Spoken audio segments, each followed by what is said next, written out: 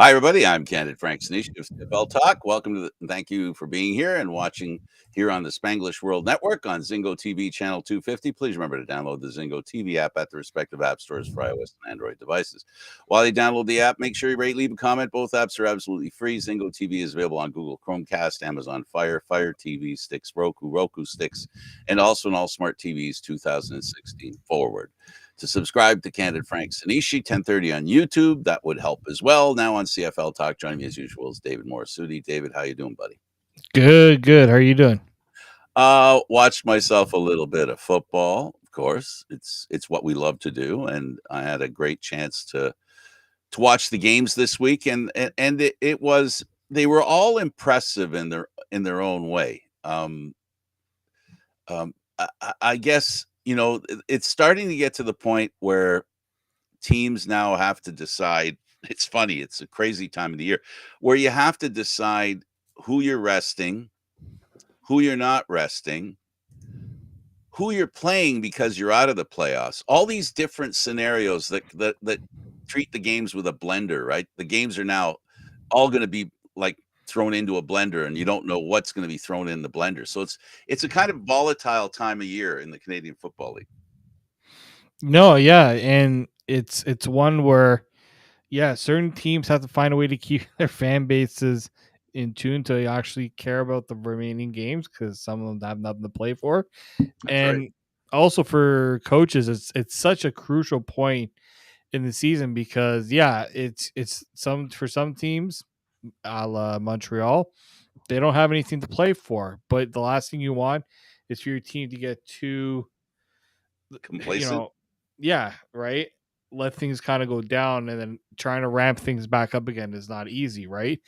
And for a few other teams, boy, there's still a lot to be decided, and it's rare you get a situation like this at this point of the year. Also with Montreal, it's a team that last year talked about the way they were trending, right? The role they were on. That they, we watched them during the interviews, all the players, the players that we interviewed, the coach. Nobody thought we'd be here, and now we're on a roll. We've won 5 games in a row. We're a better team than people give us credit for. So now they've got to live up to that standard because that's what came out of their mouth last year is to have this momentum that you got to have. And they weren't the first team that benefited from late season momentum. That is something that happens regularly. So that's the debate that happens in last year's experience with the Toronto Argonauts and how great a year they had. Momentum, it really was lost on their part because they did so well.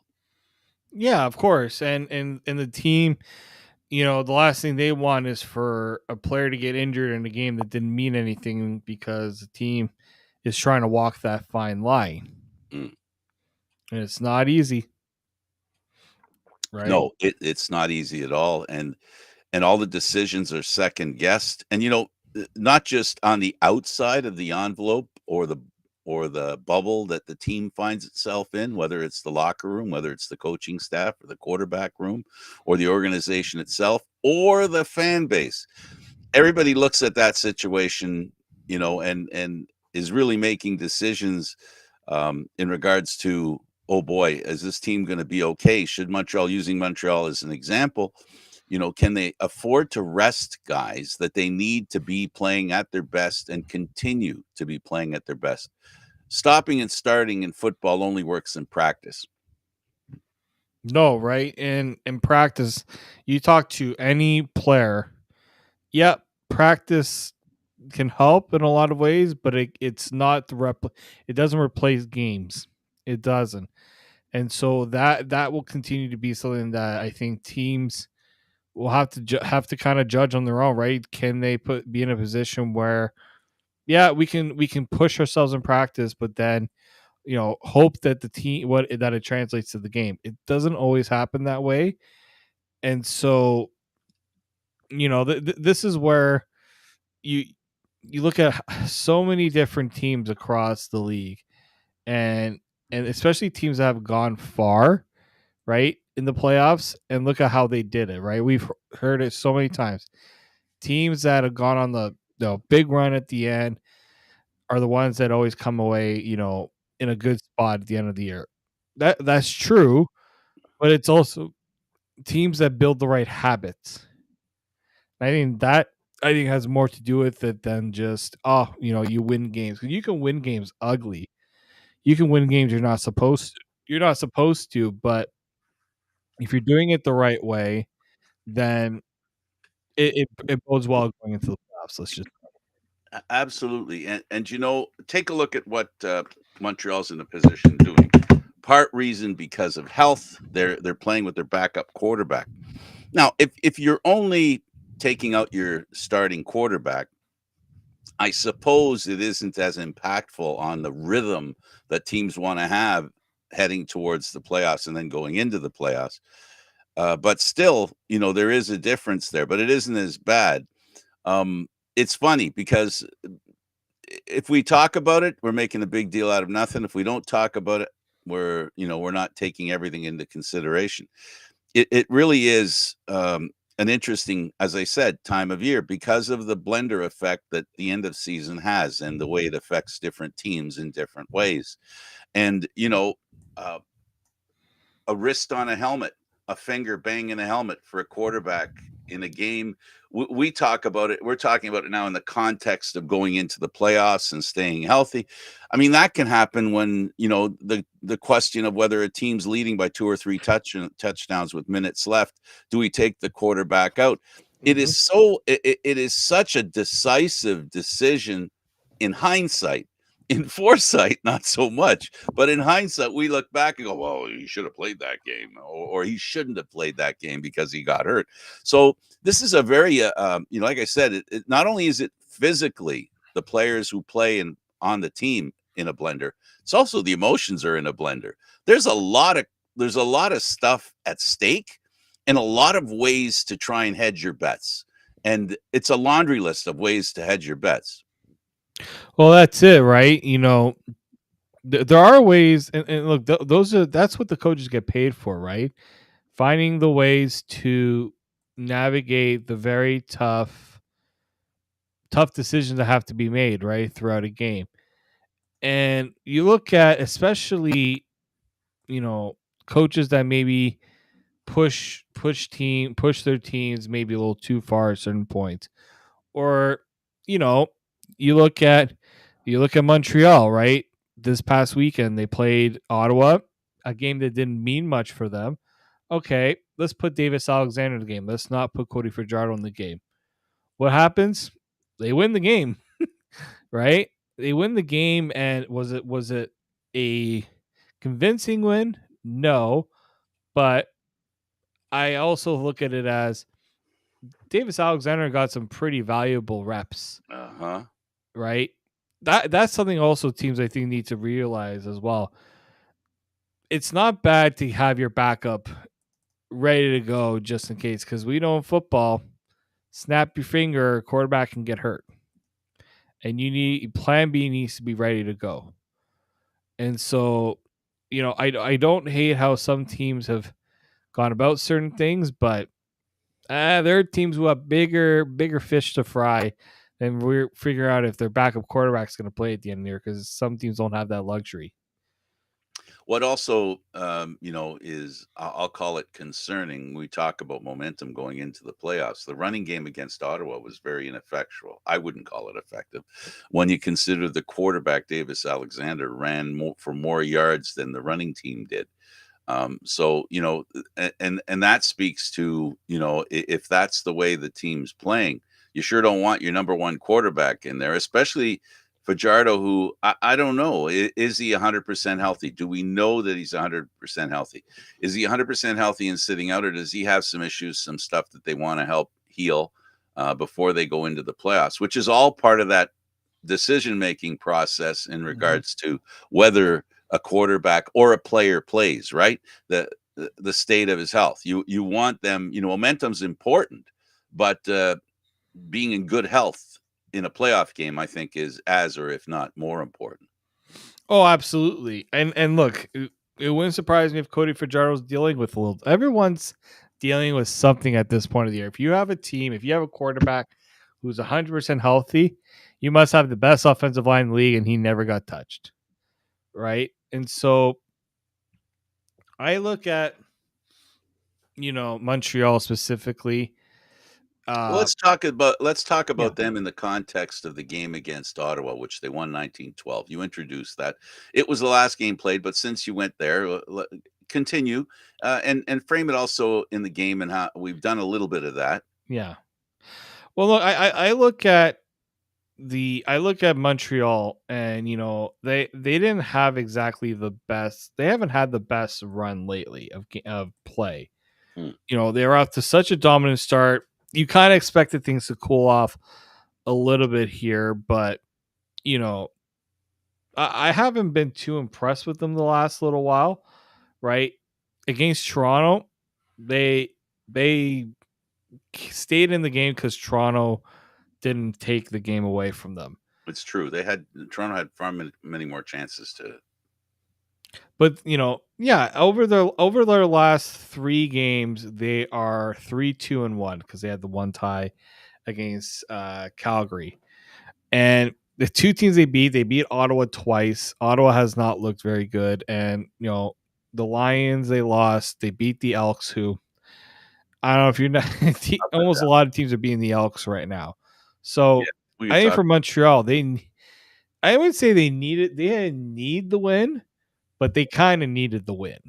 And what I saw in this game was, you know, some issues that I still think are going to percolate, which is can they protect their quarterback? That was an issue in the game.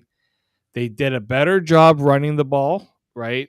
Yeah, as you mentioned, Davis Alexander did most of the work. I'm a little concerned about the running backs. Like, is Walter Fletcher going to be able to produce? Good to see Austin Mack is back Yeah, he into his makes a groove. difference. I mean, Yeah, he jumped right back into where he left off before. and Almost I out of think his that's an depth. important development for them. They need with Phil Putt out. Cole Speaker's a good receiver. I just don't know if he's a capable number one. And Julian Grant's good, but I don't know if he's a capable one. Austin Mack, we know he's a capable number one. So Absolutely. it was good to see him back. I do know, yes, the weather was a factor. Wet weather makes it very tough for quarterbacks, and who it was a tough one, especially for Jeremiah Mazzoli, because I Well, don't know if you're Ottawa and you watch this game, who are you starting in the playoffs? they're trying real hard to make Mazzoli their number one.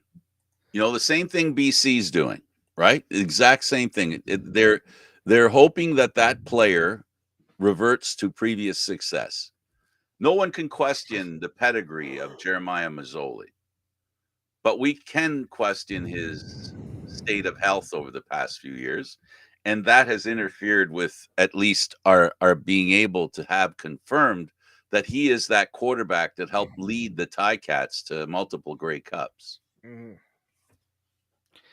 Yeah, I like. You know what? It's funny. We talk about who's going to start the play. Who's going to start on Saturday? They played on Monday. This is considered a short week because they're Mhm. likely not having a practice today. I didn't see anything today, and I would assume that the rest. You only got a few days, and they got to travel to Toronto on Friday. This is a short week for them, and who they start at quarterback this week will say a lot. Will go a long way in determining who's going to get that start in the playoffs. I think because this is as close to a playoff game. This is a It playoff is. preview. It is. This is not only a playoff preview, David. It's a playoff positioning game. Because Yeah, if Toronto wins this game and Ottawa with the disadvantages that you've highlighted, if Toronto wins this game, Toronto will have a home playoff game. You and I won't have to go to Ottawa. Won't have to make that decision. that's true, right? And so I look at this game and I say, man, Ottawa's really gonna have to. This is Bob Dice's most critical part of the year. And He the can't. organization, they want a home game, man. Yeah, they do want that home game. They've been such a good team at home. I think there was a point where they were undefeated at home throughout the year. Like they have a 6-1-1 record at home. 6-1-1. They're 2-6 on the road. And I said it, and I've been saying it ever since the start of the year. Everyone was very excited about Ottawa, and look, they've done a lot of good things. They beat Toronto pretty handily the last time they played each other. But this is not an Ottawa team that I think like what we saw at the early part of the year was a bit of a gift of a good schedule, and they've proven that they've really struggled with these tougher opponents. I think the big part of their issue is offense because I think their defense is pretty good, but their offense is not giving them a lot of help. I mean, look, they're the only team in the league in the East that doesn't have 400 points. They have the same number of points scored as Edmonton and Calgary. Two teams that didn't make the playoffs. Two teams that haven't made the playoffs. Their saving grace is that their defense has kept them in a lot of games and kept them in a lot of close games.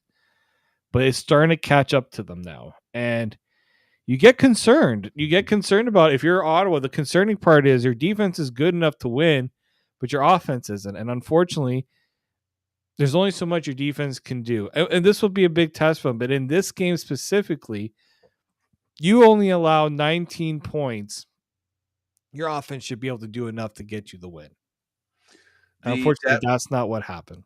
Yeah, the depth of the offense and the bigger picture, not just the quarterback, not just the receivers, not just the running game, the bigger picture, the depth of the offense to deal with situations that defenses think can help corrupt the offense of the opposition, that being Ottawa. The flexibility of the offense to be able to deal with new defenses and once there's a book on them, can they spin, can they pivot, can they do things to make the offense continue to be successful? I'm on the side of it could be injuries, but for the most part, offenses have to be flexible. They have to change and deal with defenses finding weaknesses, and offenses have to negate those weaknesses.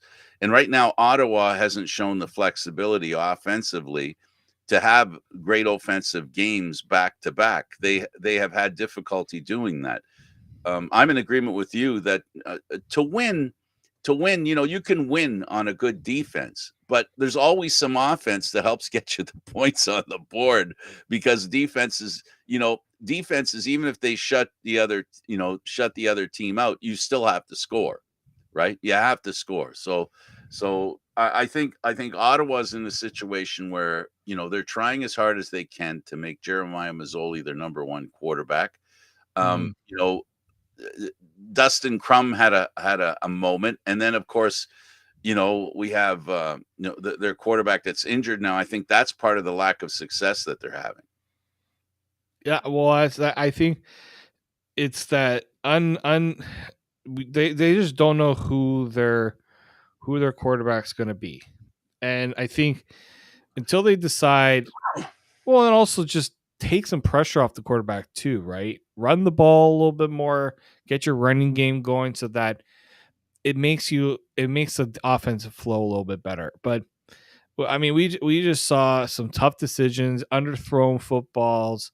There was the one interception near the end of the game where Mazzoli tries to get a receiver, underthrows him, and it's intercepted. Like, just backbreaking mistakes are going to cost you football games, and so that's what happened to them in this one. Yeah, Drew Brown is a guy that had some success. It started fading a little bit, but that fade is defense is adjusting to the quarterback. This is the thing about football. It's defenses, if they get a chance to improve what they do, they will smother your offense if your offense isn't flexible and has a counterbalance to what the defense is doing. Ottawa is a team right now that has not been playing well. They've slipped down the standings just as the Argos have climbed up the standings. And now the game that they played against Montreal, I'm not saying it was uninspired, but it didn't have the urgency that a team had a chance to hold second place at the end of the week. You know, they went into the week ahead of the Argos. Argos did their part. They won, and Ottawa could not win, and therefore take back second place. So really, that's what that game was for when it came to Ottawa. They needed the victory against Montreal, and they came up short. It's going to be an interesting game coming up. I guess another comment with Montreal and Ottawa, that game. Anything to close out that game, in your opinion, that we haven't touched on? No, I think we covered it. Mack was, to me, the most important change, most influential player in that game. He made the difference for that team, for Montreal, for sure. Because the quarterbacking statistically was not that impressive. No, one interception. Yeah, of course. Now Ottawa is, you know, the team that you know, that we're talking about now, mainly because I think we both, from what you said, I guess I had more faith in Ottawa than you did at the beginning of the year. I was one of those people that thought this could be the year that Ottawa comes You're back. buying into the story. I bought into it completely. I really felt that if they had a healthy Mazzoli, and if Drew Brown, especially after the first couple of games, I go, oh, this Drew Brown, he's for real. This guy's really good. So for me, it was Austin Mack. Austin Mack was the difference in that game. And you know what? That's the kind of player he is. And Montreal adding him just improved their chances that much because he's on the team. No, for sure. And let's go to BC and Saskatchewan. I watched this game and I kept waiting and waiting and waiting some more for BC's offense to do something. We can say what we did about Ottawa, David, but BC was even worse. I mean, they were totally ineffectual. A lot of bad luck too, I must admit. Frank, I'm worried that BC might not make the Grey Cup this year. You're worried? I don't think I'm the only one that's worried. I think there's nothing that says that they can beat either Winnipeg or Saskatchewan. I think Saskatchewan stuck a fork in that turkey. I mean, I know Saskatchewan was playing at home, but we also know that they were both playing for second place, and now Saskatchewan has a home game. And if it's going to be BC, and BC is going to have to play really well on the road, something they haven't done very well. No, and that's again, BC had second place. They had the advantage. They had the best position to fend off Saskatchewan to get second place. And we knew, we were kind of talking about it when you bring back a quarterback, and we were saying, but is it really going to be Nathan Rourke's team? Turns out it probably wasn't going to be Nathan Rourke's team. What really I think did it in for the Lions, in my opinion, I look back to the loss against Toronto, because they picked up a huge victory over Montreal, right? We were waiting for Rourke to come back to life a bit. They were able to pick up a win, even though he threw 3 interceptions in that game. Then they go and they play Toronto, and Toronto beats them handedly. Nathan Rourke gets benched in the second half. And in my opinion, since then, that team hasn't been the same. Yes, they got a win over the Stampeders. Again, who's not beating the Stampeders other than Toronto, maybe? But I look at the loss to Hamilton that they had, where they gave up the lead. They looked like they were going to be in a good position to win. They gave up 18 points in the fourth quarter, lose that game. Mm-hmm. Then you look at this game. We have a team in Saskatchewan who has been on a roll when they couldn't win. This team couldn't win for 7 straight games. Then they go on a bit of a roll. Trevor Harris is healthy. He's back, getting himself back to shape. In this one, A.J. Left finally comes back after, he's been on the shelf for a bit. Mm-hmm. And the concerns I had about BC with Nathan Rourke proved to be true. They want Nathan Rourke to be the savior, the hero, Superman.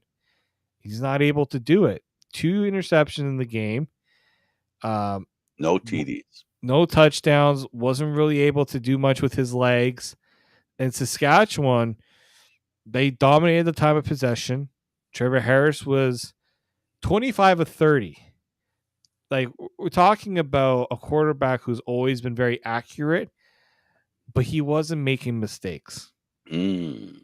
And I think, again, I think BC's defense, I don't know what's happened to them since the start of the year, but that defense has taken a serious, it's taken a downturn. And if you're wondering, like, where, it's not just the offense. I think we've always put a lot of pressure on that offense. Mm. The defense hasn't done very well, in my opinion. William Stanback, they didn't really use him that much, only 8 carries. I mean, it doesn't help that they were trailing for the entire game, but they got off to such a bad start. They were playing catch up the whole game, and they played right into Saskatchewan's hands. Justin McInnes was the highlight for me with BC. 119 yards receiving. But he's not the guy that's supposed to make this team go offensively, at least in the receiving. So there's a lot of players who aren't accomplishing what they need to accomplish for this team to be successful. I'm just wondering if it would be fair to say that maybe finally the pressure on this team to be hosting the Grey Cup might be part of the problem. Coming out of the gate, they have not been the same team they've been the past couple of years. I know they had a bit of a drop off last year. Maybe that's what happened. Maybe this is the way they've been trending the past year or two. When they had their quarterback Nathan Rourke here a couple of years ago, they looked like a team that was trending to be perennial Grey Cup representatives. They were a team that could handle the Winnipeg Blue Bombers. They're not that team anymore, and I'm shocked at the way the season has gone for BC. I would never have seen this happen for them.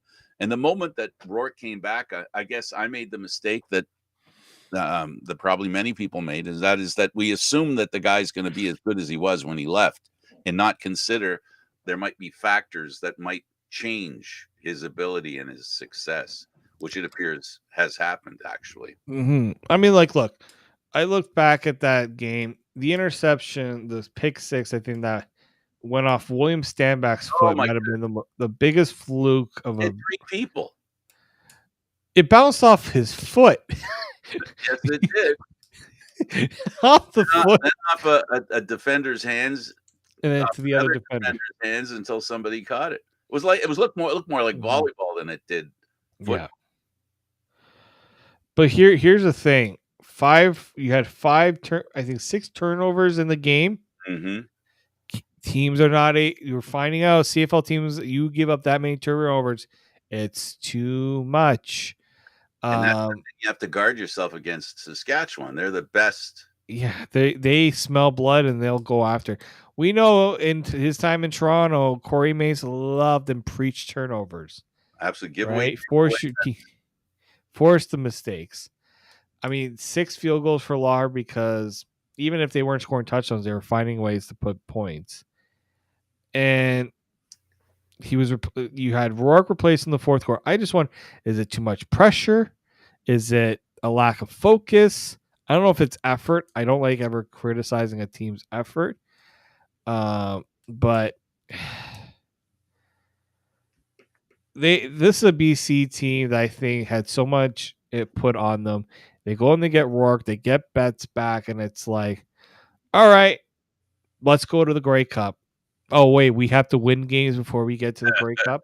There you go. Right, and it's a struggle right now. And look, I'm worried about the Lions. Unfortunately, I know you don't like hearing that, but I am worried about the Lions just because they're picking the wrong time of the year to have a bad game.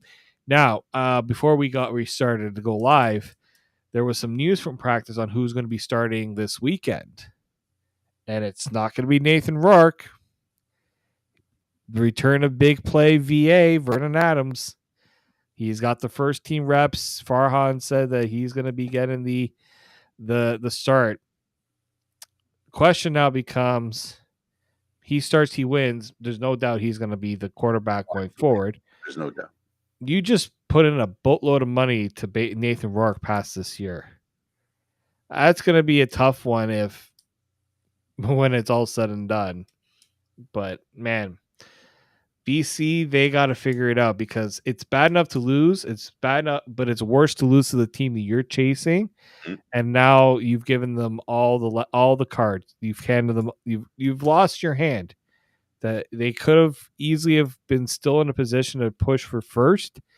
I know that likely it's Winnipeg getting first, but man, BC, very disappointing.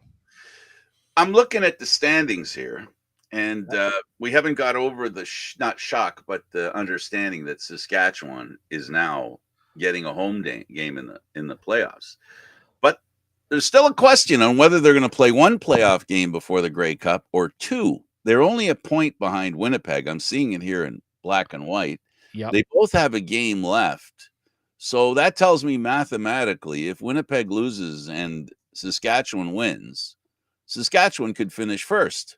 And I know we shouldn't be shocked if you go back to the beginning of the year. But considering how well Winnipeg has played this year, a loss to Toronto has made a big difference in Winnipeg's future and raised a lot of hope for Saskatchewan. So two things I'll say on that. One, it's kind of convenient that both Saskatchewan and Winnipeg will be playing their last game next week. Not this week. They're both off this week. That's right. And their last game, you've got Saskatchewan going up against Calgary, Winnipeg going up against Montreal. Mm-hmm. Saskatchewan's at home. Winnipeg is going to play a Montreal team that, again, doesn't have anything to play for. And I'm sure Winnipeg would love if this game didn't mean anything either. But guess what? Winnipeg plays first. Then it's Saskatchewan. Mm. So and the thing about Winnipeg and Montreal, there's, that Grey Cup rivalry, that will enhance, there'll be a lot of pressure from the fans, right? To want to, absolutely, Winnipeg, to want something good to happen for Winnipeg. And Montreal does not want to give up the, the Grey Cup winner. That they don't want to take any shine off that. So this game, no matter how important it is, it's going to be important just because of the two players, the two teams that are playing this game. And as you said, Calgary has a chance to ruin Saskatchewan's opportunity, if there is one, for them to make the move to first place. So it'll be very interesting when you flip back to the end of that. I have to tell you that Montreal Winnipeg game is going to be very, very interesting, and I'll be curious to see how important it will be for Winnipeg to finish first. We'll know how important it is by who plays in that game. Yeah, it'll be very curious, but I mean, fortunately, they'll give the season finale a little more. It'll actually mean something. We're not just watching games to watch teams go through the flow of it. I'll say that. Yeah, it's too bad, but there's no pressure on Montreal to win to finish first. They're a very proudful team, and we talked earlier about momentum, and we know that their coaching staff, their head coach, loves momentum, thinks of it very highly, and so Saskatchewan thumps BC. Saskatchewan looked really good offensively. Saskatchewan looked really good defensively. Saskatchewan looks. Between you and I, David, like the team that we thought they would be, just by virtue of who they hired as their head coach. This looks like a Corey Mace team. It does. It definitely does. And again, having AJ Ouellette's huge. I know that the running game hasn't always been the fixture in Saskatchewan, but to have AJ in there, the physical back, is going to be crucial for them. And again, if Trevor Harris doesn't put himself in a disadvantage, this team has a really good chance to go far. And with Trevor Harris healthy, he might finally be able to do what he's been trying to do for years. He's tried with different teams. He's been to Edmonton, he's been to Montreal, he's been to Ottawa. He was in Toronto for a little while. And he's always come up short when it comes to the Grey Cup and the playoffs. And I think he's got a pretty good team that'll be able to give Winnipeg a run for their money. Even if they don't finish first, I think this team could play well enough on the road to give Winnipeg a few fits. I really think that, and it'll be interesting. Let's talk a little bit about the Toronto-Winnipeg game. We only have a couple of minutes, but I'll summarize my view of the game is that Winnipeg had lots of chances to win this game and just couldn't make it happen. They hit the post, turnover on downs. This did not look like the Winnipeg Blue Bombers to me that we've seen recently. This looks more like the Winnipeg team that played the Argos last time. This was a copy. This was literally a copycat of the last game.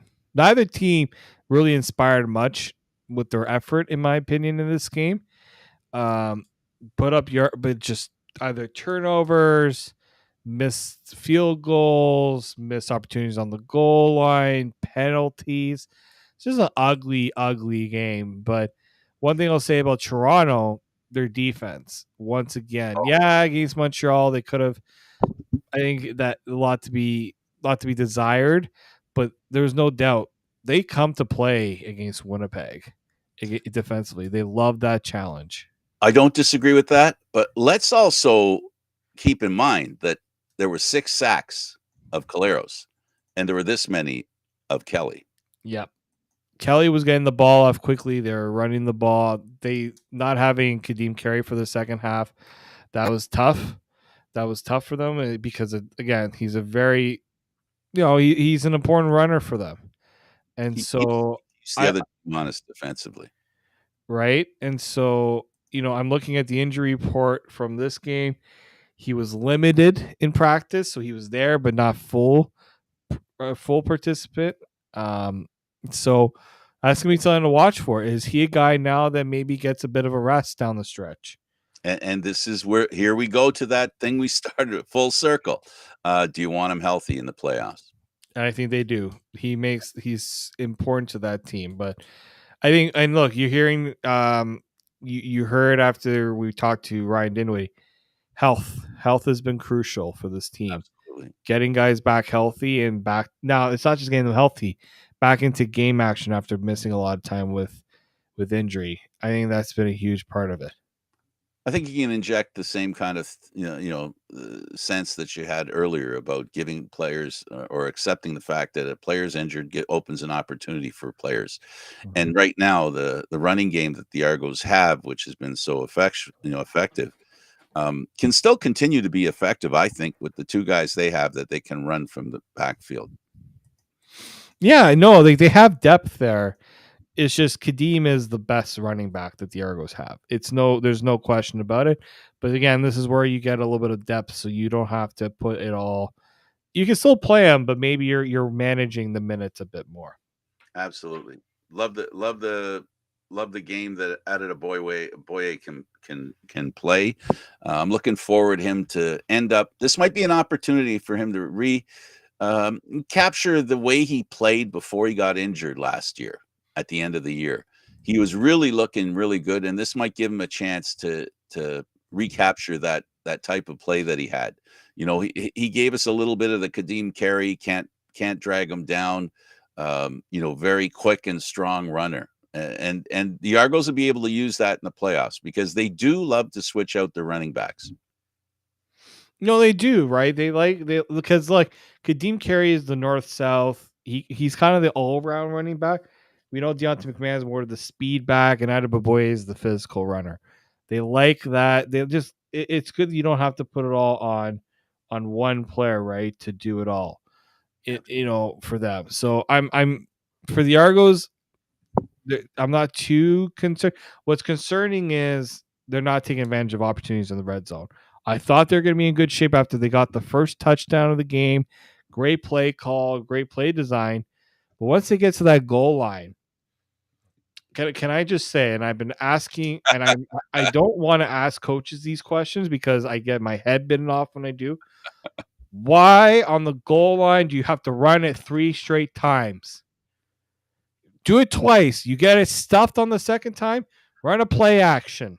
Yeah, and Dinwiddie's had a lot of success with that swing pattern to the outside. You know, He they've had a lot has, of success and with that he play. says, look, he was saying Chad Kelly didn't go to the hole that was they were expecting him to. He went a different. He didn't do it exactly as the play was designed. But again, it's also dependent on what the other teams doing. It has been an issue all year, and it's not just the Argos. A lot of teams have done this. You have this massive end zone, massive. Yep. You can make it seem like you're going to sneak it. The biggest play I ever, one of the best fakes I had ever seen was that Toronto Montreal East final in 2012, where it looked like the Argos was going to do the quarterback sneak, but then Chad Kelly drops back, passes it 12. I've never seen a wide receiver more open in my life because the Montreal didn't see it coming. It was a ballsy play, but those are the plays that it's not a safe play. It's not predictable. So I'm hoping. You pay receivers to catch the ball. You know, like I know. if you can't throw it to them and anticipate them catching it, I mean, it's counterintuitive in my mind, to say the least. But yeah, for sure. So so we've got ourselves set up for three games: Calgary and Hamilton, Ottawa and Toronto, Montreal and BC. This might be really the week that everybody's. Like BC, this game, like Calgary and Hamilton, this is going to be a test pattern. We're going to see who Hamilton wants to see and how good they are. The same thing with Calgary. Ottawa and Toronto is the game of the week in my mind because so much is at stake. Yes. BC on one side of the equation, not Montreal's side, but on BC side, they've got to do something to look better. And if Montreal doesn't play their starter again, or if they don't play a lot of their starters, that's just going to put more pressure on BC to do something good. And right now, if I was a coach of the British Columbia Lions, I'd be concerned with my job. Like this is something this season. It's going to be hanging over the coach's head and the general managers because of the signing they made with the quarterback. There are a lot of questions, and we know completely, I think assuredly, that the owner in BC only wants one thing, and that's winning. And this is going to be the worst time in the world to have the kind of deflating season that they've had thus far. I guess the major question I have for you, David, is it possible they could turn things around? Because that's what they need to do. They need to do a 180. No, they definitely do. They need to do a 180. And I don't think you're wrong. I think if BC fails to meet expectations, again, we talk about how much money has been spent by the Lions this year to go for the Grey Cup. This is not maybe next year.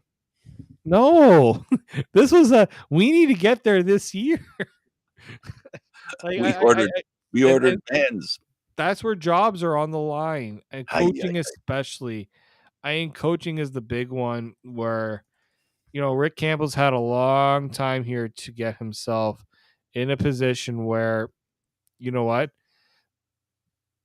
you've done some good things, but at the same time, it hasn't reached the point where they've won. Right? They were close. Back to the beginning when he was there, when Campbell was there, they brought in Riley. Yeah, and it has been spent a lot of money to bring in Michael Riley too. Right.